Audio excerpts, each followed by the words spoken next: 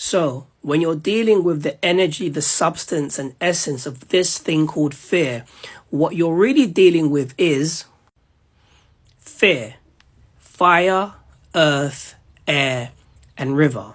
So fear is fire, earth, air, and river. They are the reverse expressions of the four elemental forces being fire, earth, air, and water. The four elemental forces are initially your emotions, your energy in motion, or what I call, your elementals in motion, which when observed and felt within your observer, which initially is where you do your magic, your intuition, your manifestation, is used to either balance you or detriment you based upon you focusing the light of your observer on that particular thought, that particular trigger, that particular manifestation for it to materialize in your physical field of experience. Now, you might be thinking, well, how does the elementals or thoughts sustain and keep me in a state of fear? Well, quite simply, when you're in a state of fear or whatever emotional state you're in right now, how are you breathing and how are you thinking? When your breath is out of sync, your thoughts are out of sync. When your thoughts are out of sync, your breathing is out of sync. When the breathing is calm, your thoughts are calm. When your thoughts are calm, the breath is calm. So when you're in a state of fear, what happens is, this is a picture of your aura, your auric field. When you're in a state of fear, you start to puncture basically holes within your aura. Your aura actually bleeds. So what tends to happen is, and what happens is when you're in a state of fear, you're anxious, you're breathing. The elementals, which are the elements, fire, earth, air, and water, they become erratic. They start to puncture holes within the auric field and they manifest the energy of experience being the unbalanced energies, which becomes the fear that you tap into. So your heart rate rushes, you may feel an intense of heat.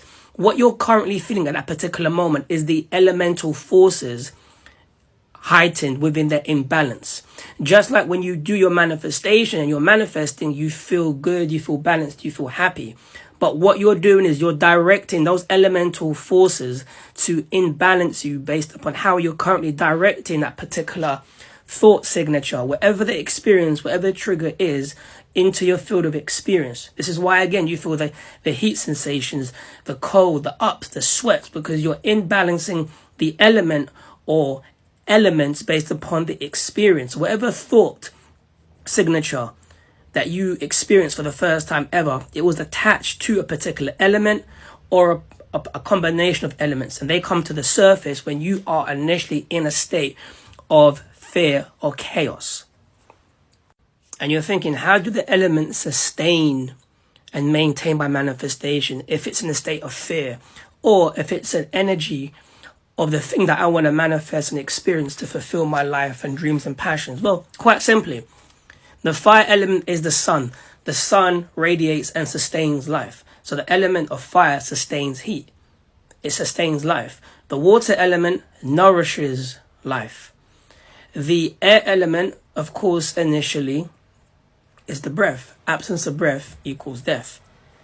The earth element is your physical, basically, it's your temple. It's your field of expression. All of the energies that you came with to this particular experience of life, all of your gifts, your talents, your chakras, your energetic bodies, all of those are incubated basically within initially, of course, the body. So they're limited, so you can tap into those energies to bring forth the thing that you are and to operate the intelligence within the body so that that particular intelligence can experience itself. This is why when you look at the 7 Hermetic principles, the principle of mentalism, correspondence, vibration, polarity, rhythm, cause and effect, and the last is what? Is gender. Mentalism, which is the invisible, manifests into the visible. So intelligence needs a body, a vehicle to express itself. Just like, and I'm a big Marvel fan, as you know, this is why Thanos, Thanos, of course, had the gauntlet made for him, or took the gauntlet, in, of course, Avengers. I forgot what the post-credit scene for what Avengers movie it was. I forgot, or maybe Guardians of the Galaxy. Anyways, the Infinity Gauntlet houses all of the Infinity Stones.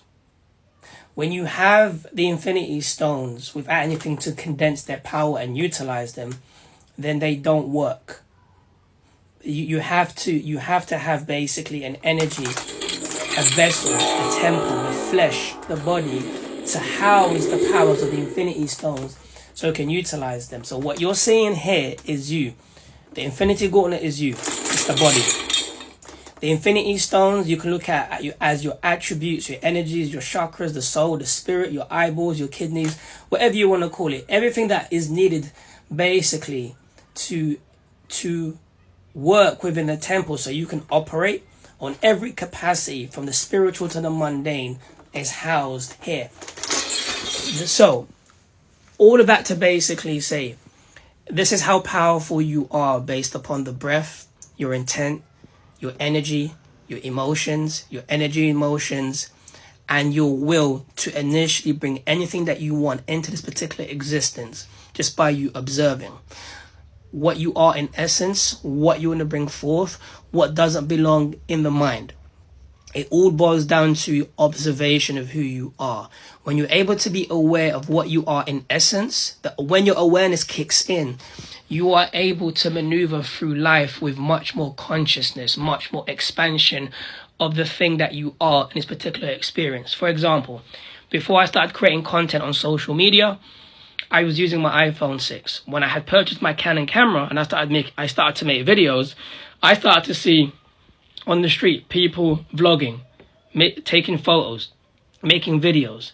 People started to come into my vlogs to take photos, to be in my videos. I was introduced to YouTubers through social media and everything else. The point that I'm making is when I held that camera, my consciousness expanded. It expanded to see the thing that was already there. But the reason I didn't see it there was because my awareness wasn't locked in. So when your awareness is clicked into who you are and what you are in essence, the being of who you are, and you know what you are, then anything that you want to manifest or anything that you want to maneuver into health and prosperity will be known to you because you know what you are. You do all of your magic, all of the magic that you want to bring forth into your physical experience is done in the observer. And that'll be another video that I'm going to initially do. But with that being said, going back to the state of fear. When you are in a state of fear, observe. When the thoughts or the anxiety comes in, and for me, anxiety is nothing than unearthed, fast-paced, moving energy. When that energy comes in, whatever thought comes into the mind, what you want to do is observe the thought. When I mean observe the thought, you just look at it like this. The way you watch a dope-ass Marvel movie, the way you see the waters at the beach, you just observe. And you don't judge, because when you judge, it's your thoughts that judge you. So, when you're able to observe that particular fear, that particular thought, the good, the bad, because what will happen is all of the dialogue, all of the experiences, the noise, the good and bad, it will rush into the mind. What you don't want to do is basically, quite simply, what you don't want to do is, what's the word I was looking for? Is resist. The resistant breeds breeds conflict, thought, resistance, control, suffering, fragmentation, and resistance. Observe. So when the thoughts and the anxiety and the fear kicks in, observe. And it will take a while because you're deprogramming your mind. When you're able to observe without the judgment basically kicking in, then what will basically happen is you're going to be put into a state of neutrality, a state of peace, a state of observation, a state of the now. In this, the last thing that I'll say is, in the stillness is the silence, and in the silence is your intelligence, like my teacher Phil Valentine said. So when you're able to observe in the now, not in the past, not in the future, because you can't have a future thought because your thoughts operate in the past. If you just observe in the now, your fears, your anxieties, your worries, everything that you think that you are, which is what you're not, which is your thoughts, will basically dissipate, and you'll be put into a state of neutrality and peace. And that becomes the daily meditation from when your eyes close to when your eyes initially open. So enjoy. Thank you for watching. Click like, share, follow, subscribe, and enjoy.